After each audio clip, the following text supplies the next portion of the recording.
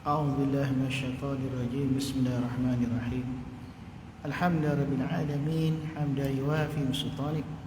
اللهم صل على سيدنا محمد طب القلوب ودوائها وعافية الأبدان وشفائها ونور الأبصار وضيائها وعلى آله وصحبه وبارك وسلم. الحمد لله رب العالمين. السلام عليكم ورحمة الله وبركاته. Alhamdulillah wa syukurillah ala ni'matil iman wal islam wa kafa bihi man ni'mah. Salatu wassalamu ala asyrafil anbiya'i wal mursalin Sayyidina Maulana Muhammad wa ala alihi washabbi ajma'in, amma ba'd. Alhamdulillah dapat kita sambung lagi pengajian kitab tasawuf, iaitu kiranya Imam Al-Ghazali rahimahullah ta'ala.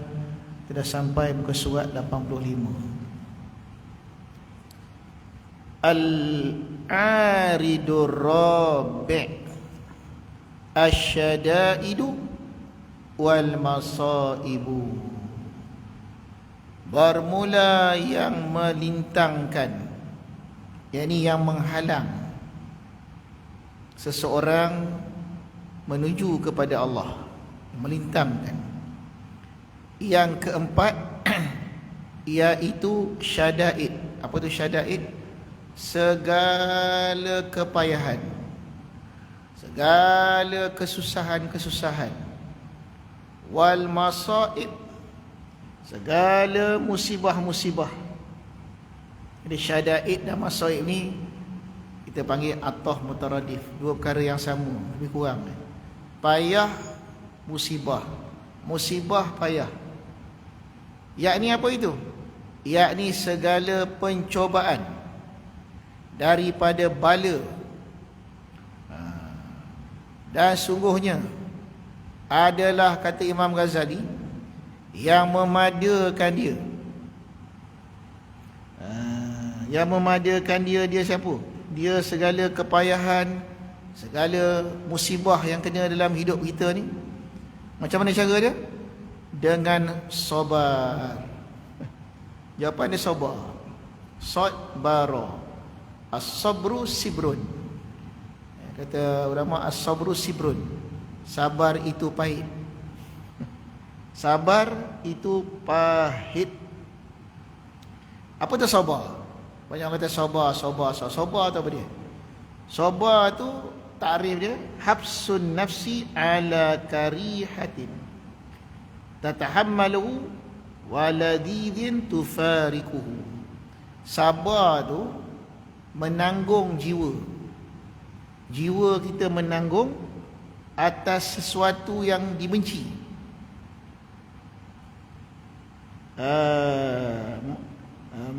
Menahan yang dikatakan sabar tu menahan diri. Menahan diri atas sesuatu yang dibenci, yang ditanggung. Itu yang pertama. Benda yang kita tak suka terpaksa kita tanggung, dan kita tahan diri kita tu. Itu namanya sabar. Tahan. Tahan daripada apa tu? Tahan daripada mengeluh, tahan daripada mengadu-ngadu, tahan daripada membuat tindakan-tindakan yang tak patut. Itu makna tahan. Itu sabar. Yang kedua, sabar itu habsun nafsi ala ladhidhin tufariku. Menahan diri di atas kelazatan yang berpisah ia darinya. Menahan diri daripada berpisah dengan kelazatan. Lazat yang kita dah biasa, kelazatan kita tak dapat, kita tahan diri kita daripada komplain. Jadi maknanya sabar ni dua bahagi. Satu, menahan jiwa kita daripada banyak merungut, membantah terhadap sesuatu yang kita tak suka, yang kita tanggung. Yang kedua, menahan diri daripada banyak merungut tentang comfort zone, kelazatan, kesenangan, keselesaan yang telah hilang. Itu namanya sabar. Jelas maksud sabar. Jadi macam mana kita nak berdepan dengan kepayahan dan musibah dalam hidup kita ni yang akan menghalang kita daripada tumpu pada ibadat, ialah sabar. Sabar. maka lazimkan olehmu dengan sabar pada segala tempatnya sabar. Kata Imam Ghazali, lazimkan olehmu dengan sabar pada segala tempatnya. Fa'alaika bis-sabri fi mawati kulliha. Kenapa nak kena sabar? Dan sungguhnya demikian itu kerana dua perkara. Jadi Imam Ghazali menggariskan kenapa sebenarnya kita ni kena sabar. Apa salahnya kita marah je, kita lepaskan je, kita merungut je kan. Kenapa nak sabar? Kenapa nak tanggung juga? Kerana dua perkara. Yang pertama kata dia al-wusul ila al-ibadah wa husulul maqsud minha. Yang pertama, kerana supaya sampai ia kepada mengerjakan ibadah dan menghasilkan maksud daripadanya ibadah.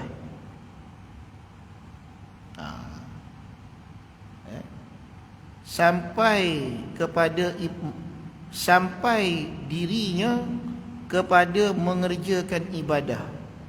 Sebab kalau kita beri perhatian kepada ujian ataupun kepayahan yang kita lalui itu, sudah tentu kita tak dapat tumpu pada ibadah. Tak boleh. Nak datang mengaji ni pun, kalau kat rumah kita, rumah masalah, kita tumpu pula kat situ, anak masalah, tak sampai kita kat masjid ni. Kita sampai kat masjid ni sebab apa? Sebab kita sabar. Sabarlah. Sabar. Kenapa kena sabar? Supaya sampai kepada mengerjakan ibadat dan menghasilkan maksud daripadanya ibadat. Maksud ibadat nak sampai pada Allah. Tapi kalau jiwa kacau, nak sampai macam mana? Maka bahawasanya dia kata, dijadikan ibadah sekaliannya di atas sabar. Dijadikan urusan ibadat semua ni di atas kesabaran dan menanggung kepayahan. Kalau tidak, tak nama ibadat. Sabar kita dengan kerenah anak isteri, sabar dengan kerenah kawan, sabar dengan tu. Itu yang hasil ibadat tu. Ibadat sabar. Boleh buat ibadat lain, tak hasil. Tak hasil. Maka orang yang tiada ada sabar, tiada sampai ia kepada suatu daripadanya dengan hakikat, dengan sebenar-benar sampai. Orang tak ada sabar, takkan dapat sampai hakikat ibadat. Tak sampai. Kerana hakikat ibadat itu ialah melihat kepada af'al Allah, mensyukuri dan mensabari terhadap ujian Allah. Itu hakikat ibadat. Ibadat itu kan maknanya penghambaan. Ibadah, dan ibadah tu tiga peringkat. Ibadah, ubudiyah, abudah. Dia tiga ain. Ibadah, engkau menyembah Allah. Ubudiyah, engkau memperhambakan diri kepada Allah.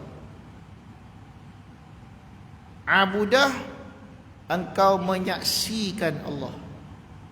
Macam mana kita nak pergi pada next level kalau ujian dan kepayahan tu kita tak boleh nak tempuh, tak boleh kita nak atasi, tak boleh kita nak belajar sabar, belajar melalui ujian itu, tak sampai. Betul dia kata apa? Betul dia kata, orang yang tiada sabar, tiada sampai ia kepada suatu daripadanya nya ibadat itu. Ibadat kepada ubudiyah, ubudiyah kepada abudah. Dengan hakikat sebenar. Walaupun dia semayang, walaupun dia puasa, tapi tak sampai hakikat ibadat. Tahu hakikat ibadat? Hakikat ibadat itu kehambaan. Hakikat ibadah ubudiyah. Apa beza ibadah dengan ubudiyah? Ibadah engkau sembah Allah, sekadar menyembah, tapi kehambaan tak ada. Ubudiyah, kehambaan. kehambaan ya Allah, macam mana kau nak jadikan, nak takdirkan pada aku, terimalah. Yang baik, yang buruk itu ubudiyah tu. Ibadah menyampaikan kepada ubudiyah. Ubudiyah menyampaikan kepada abudah, penyaksian. Menyaksikan afal Allah tu. Dibuka oleh Allah. Berkat kesabaran kita menanggung kepayahan dan kesusahan itu, suatu hari esok Allah buka. Hakikat sebenarnya yang terjadi pada diri engkau itu adalah perbuatan Allah. Nah, nak sampai situ. Tapi sebelum sampai situ kena sabar. Sabar mengerjakan ibadah tu. Menyembah dulu. Dan menyembah, ubudiyah datang. Dan ubudiyah, abudah datang. Itu makna hakikat. Dan yang demikian itu, bahwasanya barang siapa qasad akan ibadat bagi Allah Ta'ala dan bersunyi ia, bersunyi ia baginya Allah Ta'ala, nescaya berhadaplah akan dia kepada kepayahan dan pencobaan daripada beberapa jalan. Kata Imam Ghazali rahimahullah ta'ala, barang siapa yang mengqasadkan ibadat kepada Allah Ta'ala dan bersunyi, semata-mata memang nak qasad, nak ibadat pada Allah, sebenar-benar, nescaya pasti Allah akan memperhadapkan kepada dirinya kesusahan dan kepayahan. Pasti ada. Sebab Tuhan nak tengok, betul ke? Betul kan kau nak datang kepada aku ni? Macam seorang kekasih. Kekasih, saya cinta padamu. Betul ke? Betul kau cinta ni? Atas tengok.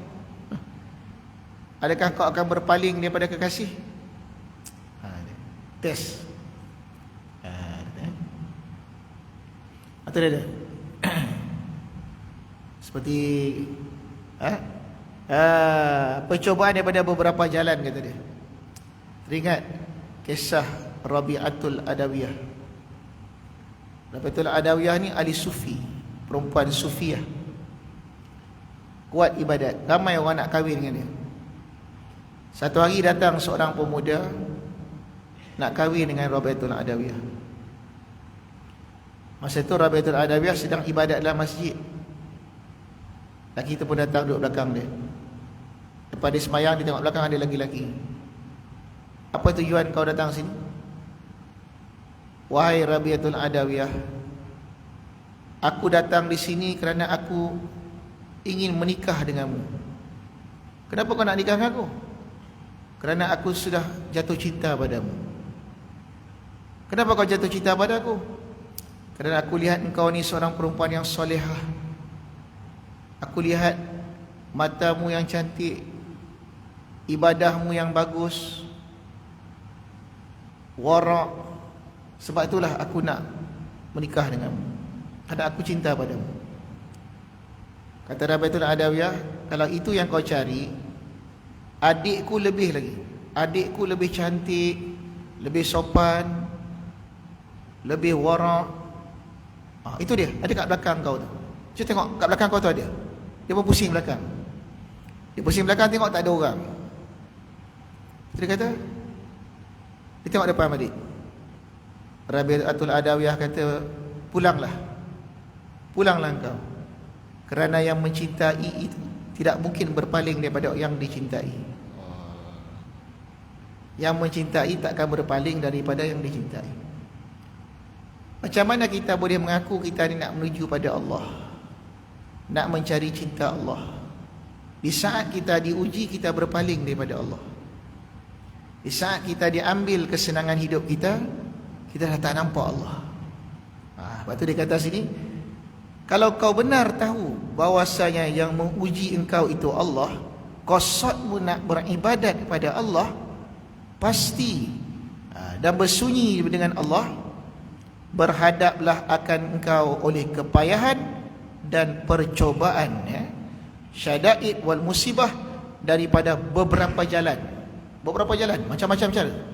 Yang pertama, bahwasanya tiadalah ibadah itu melainkan, katanya, tiadalah ibadah itu, katanya, melainkan walhal pada dirinya itu, diri ibadat itu sendiri, pada dirinya yang ibadat itu pasti ada kepayahan. Ibadat tak nama ibadat kalau tak payah. Ibadat tu pasti payah. Subuh kita berdepan dengan mengantuk. Zuhur kita berdepan dengan keletihan. Asar kita berdepan dengan ujian, nak berseronok, nak pergi berjalan. Maghrib kita berdepan dengan nak makan malam. Isyak kita berdepan mengantuk, nak tidur. Sentiasa payah. Ada cobaan. Ada saja cobaan tu. Jadi ibadah tu sendiri adalah percobaan yang perlu pada kesabaran. Itu maksudnya. Dan kerana demikian itulah ada tiap-tiap yang digemarkan dan janjian daripada Quran dan hadis akan kelebihan dan janji pahalanya. Nya apa? Nya ibadah tadi tu. Sebab tu dalam Quran, dalam ni menggemarkan kita pahala atas sabar tadi. Kenapa Quran menyebut innama yuwaffas sabiruna ajruhum? Hanya sahaja disempurnakan pahala tu orang yang sabar. Disempurnakan pahala bagi orang yang sabar. Sebab sabar tu jalan kepada ibadat yang istiqamah. Takkan dapat mencapai ibadat istiqamah kalau tak sabar. Betul tak betul? Nak istiqamah kena sabar. Mana mungkin kita mencapai darjat istiqamah tanpa kesabaran? Kerana ujian pasti datang. Sebab itu dalam Al-Quran, dalam hadis banyak bercerita tentang sabar. Banyak menjanji-janji Allah pahala orang sabar sampai tak boleh nak kira. Innama yuwaffas sabiruna ajrahum. Hanya sahaja disempurnakan orang sabar itu pahalanya. Sampai tak boleh nak hitung berapa pahala dia. Tak tahu berapa pahala dia, lebih. Ya. Lepas tu dia kata apa lagi? Jadi ni yang pertama. Dan janji pahalanya, kerana tiada dapat mendatangkan bagi mengerjakan ibadah melainkan dengan memecahkan hawa nafsu. Takkan boleh mengerjakan ibadah dengan istiqamah kalau nafsu tak pecah, nafsu tak ditawan. Nafsu ni tak nak ibadat, dia tak nak kompromi dengan kita. Jadi kita nak kena pecah, nak pecah tu nak sabar dan mengeraskan dia nafsu. Kerana dialah dia nafsu tu yang menegahkan daripada kebajikan dan menyalahi bagi hawa dan mengerasi di atas nafsu, termasuk perkara yang sangat sukar pekerjaannya di atas manusia. Nak mujahadah nafsu ni kena ada sabar. Sebab tu kata sabar tu is the key to everything. The key to Allah, sabar. Kunci nak pergi pada Allah, sabar. Tiba-tiba kita tak nak sabar. Musibah datang kita teriak, musibah datang komplain. Terlupa kita asal kita hidup ni nak ibadat pada Allah.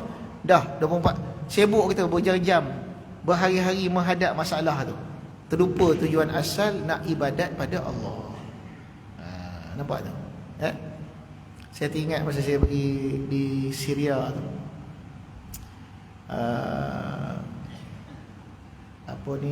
Menziarah satu tempat ibadat ma'bad. Siapa nama tu? Seorang sahabat Nabi sallallahu alaihi wasallam, Abu Darda. Ya. Jadi diabadikan satu tempat yang ada ma'bad Abu Darda. Tempat ibadah Abu Darda. Jadi dikisahkanlah kenapa tempat tu diabadikan. Kisahnya Abu Darda ni selain daripada seorang perawi hadis, juga seorang zuhud. Ketika beliau beribadat di dalam tempat ibadat dalam dia ma'bad, tempat ibadat jauh dari rumah ni, berlakulah kebakaran di kawasan rumah dia. Maka datanglah seorang sahabat nak bagi tahu pada Abu Darda, Abu Darda, Abu Darda, kawasan rumah kau terbakar, cepatlah kau balik, rumah kau terbakar ni. Abu Darda kata, aku sekarang ni tengah sibuk ibadat. Yalah, sibuk ibadat, kawasan rumah kau terbakar tu. Biarlah nak terbakar ke apa, biarlah Allah yang uruskan, kerana aku sekarang sibuk berurusan dengan Allah. Barakah daripada kesabaran, kesungguhan ibadah Abu Darda, kawasan rumah dia semua rumah terbakar kecuali rumah Abu Darda.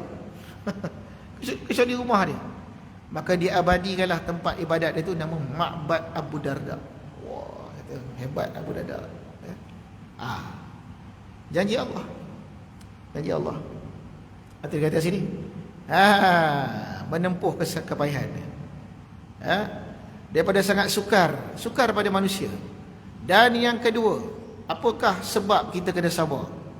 Bahawasanya hamba apabila adalah ia mengerjakan kebajikan beserta kepayahan, nescaya lazimlah ia bersungguh-sungguh memeliharakan baginya yang ibadat, hingga jangan membinasakan atasnya ibadat. Dan kerana memeliharakan atas amalnya itu sangat payah di dalam mengerjakan amal. Jadi kalau kita beramal ni susah, macam orang dulu pergi Mekah. Nak pergi Mekah susah, berbulan-bulan naik kapal, dah sampai sana tak tahu bila nak balik lagi pula, lawan masuk. Jadi bila dah jadi haji tu, Haji Kamarul, Haji Osman, memang sangat bernilai, sebab susah nak dapat. Sekarang ni naik flight, ada duit jalan. Haji dah tak ada nilai lagi dah. Kalau dulu balik, nama saya kenapa tak ada haji tu? Haji ya? Bukan bangga, sebab rasa bersyukur dapat buat haji. Susah, payah. Jadi ibadah yang berserta dengan kepayahan ni nilai dia tinggi. Nilai dia sangat bernilai. Kalau senang je, kita tak menghargai ibadah tersebut. Jadi kita buat ibadah di saat susah nak buat ibadat, payah kita nak buat, kita buat juga, maka akan timbullah rasa sayang dengan ibadah itu. Memelihara ibadah itu supaya tidak dibinasakan. Ini yang kedua, kenapa Allah datangkan ujian, cobaan ketika ibadat, supaya kita sayang ibadah itu. Kita tahu nilai ibadah ni susah nak buat, payah nak dapat, maka kita akan sayang ibadat itu. Ini sebab kedua kenapa Allah datangkan bala dan cobaan di saat kita nak ibadat, ya tiba-tiba Allah cuba. Dulu kita tak semayang, tak ada apa-apa, tak semayang, dah mula dah, habis.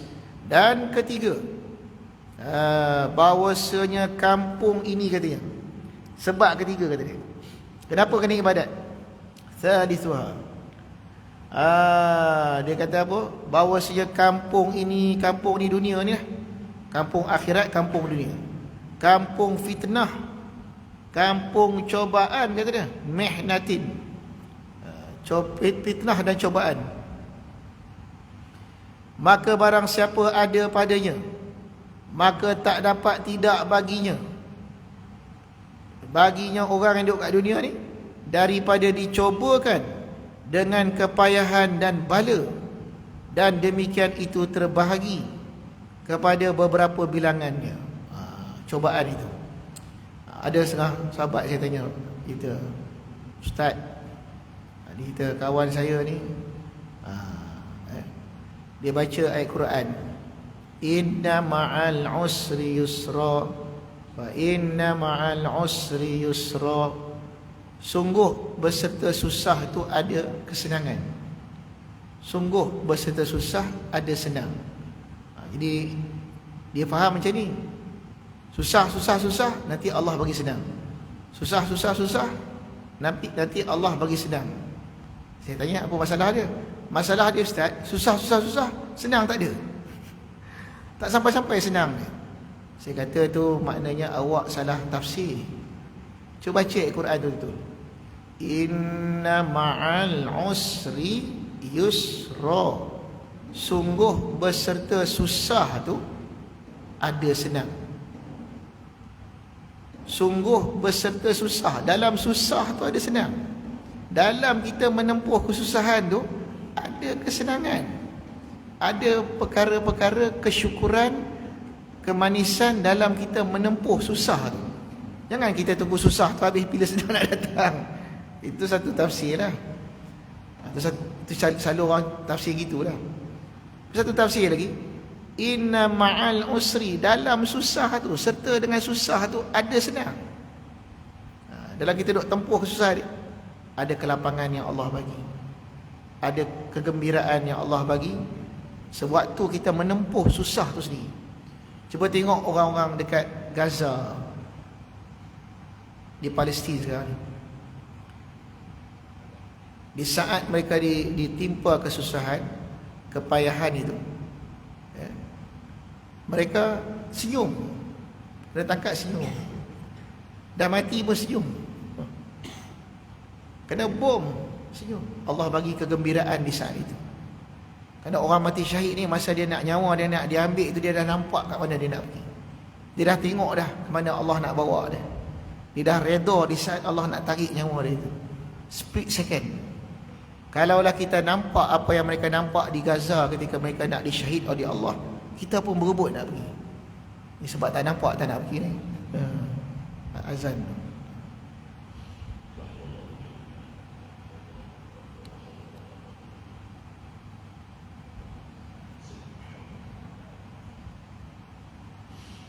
Allahu Akbar, Allahu Akbar, Allahu Akbar,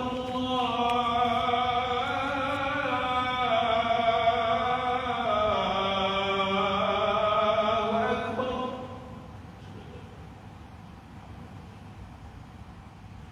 Asyhadu an la ilaha illallah.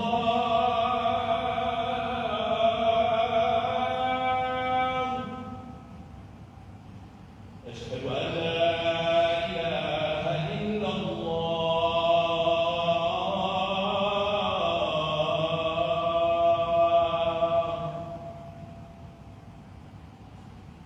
أشهد أن محمدا رسول الله.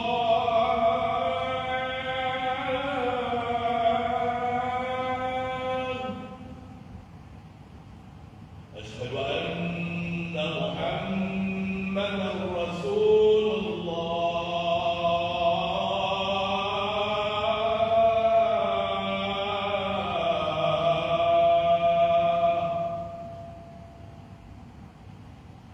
حي على الصلاة.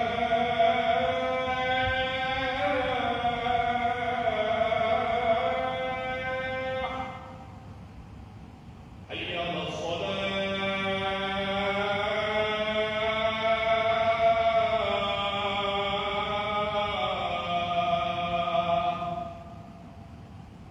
حي على الفلاح.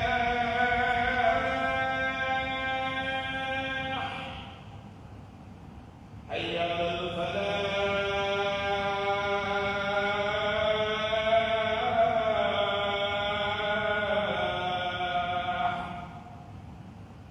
الله أكبر، الله أكبر. لا إله إلا الله.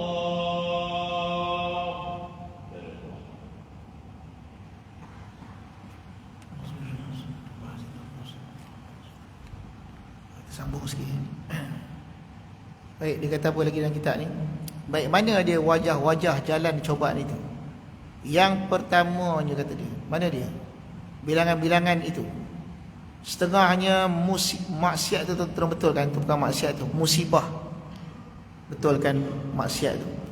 Musibah pada ahlinya dan kaum kerabatnya dan saudara-saudaranya dan sahabat-sahabatnya dengan kematian dan ketiadaan dan bercerai-cerai. Musibah yang menimpa pada keluarga. Sekarang ni Imam Ghazali nak menghalusi bentuk-bentuk musibah pada manusia. Apa itu musibah yang akan kena pada kita ni? Ada 4 bentuk. Yang pertama, musibah yang akan ditempuh pada ahli keluarga. Masa kita ghaflah, lupa lalai dulu, zaman kita melancong sana sini dengan anak bini, tak ada seorang pun sakit.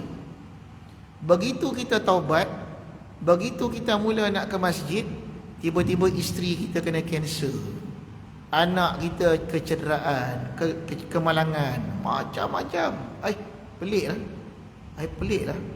Bila you masuk masjid ibadat terus macam-macam bala kena. Itu tanda Allah sudah mula memerhatikan perjalanan hamba itu. Yang dulu Allah tak perhatikan, Allah biar. Itu jangan silap. Jangan kita ingat bila kita nak tempuh perjalanan Allah ni dengan mudah-mudah Allah Taala terima begitu saja.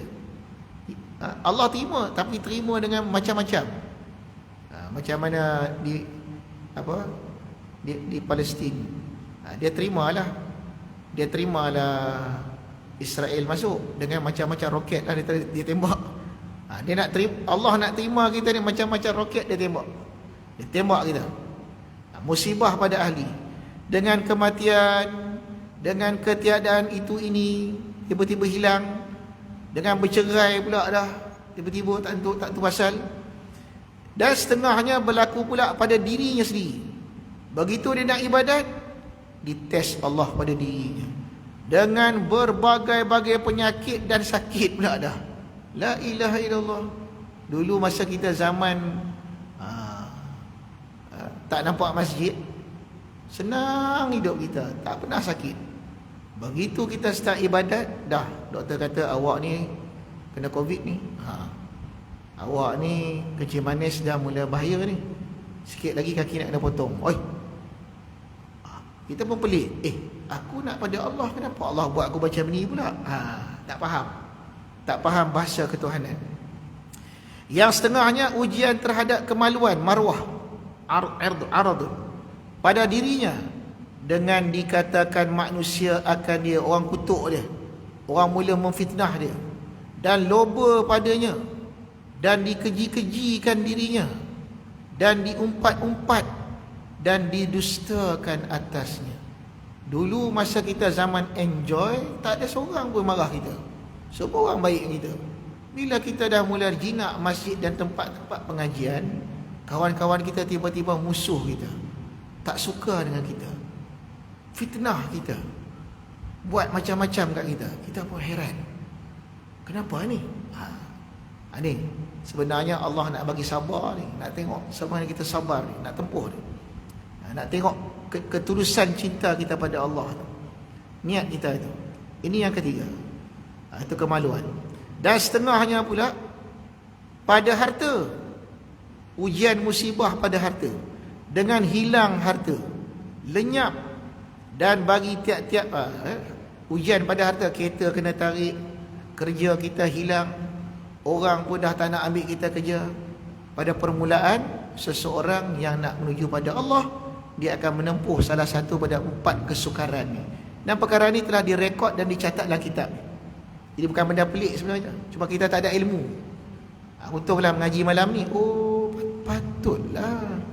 Patutlah kita kena uji. Kita dah faham dah. Dan bagi tiap-tiap satu daripada segala masaib, musibah-musibah. Dan ini musibah-musibah ini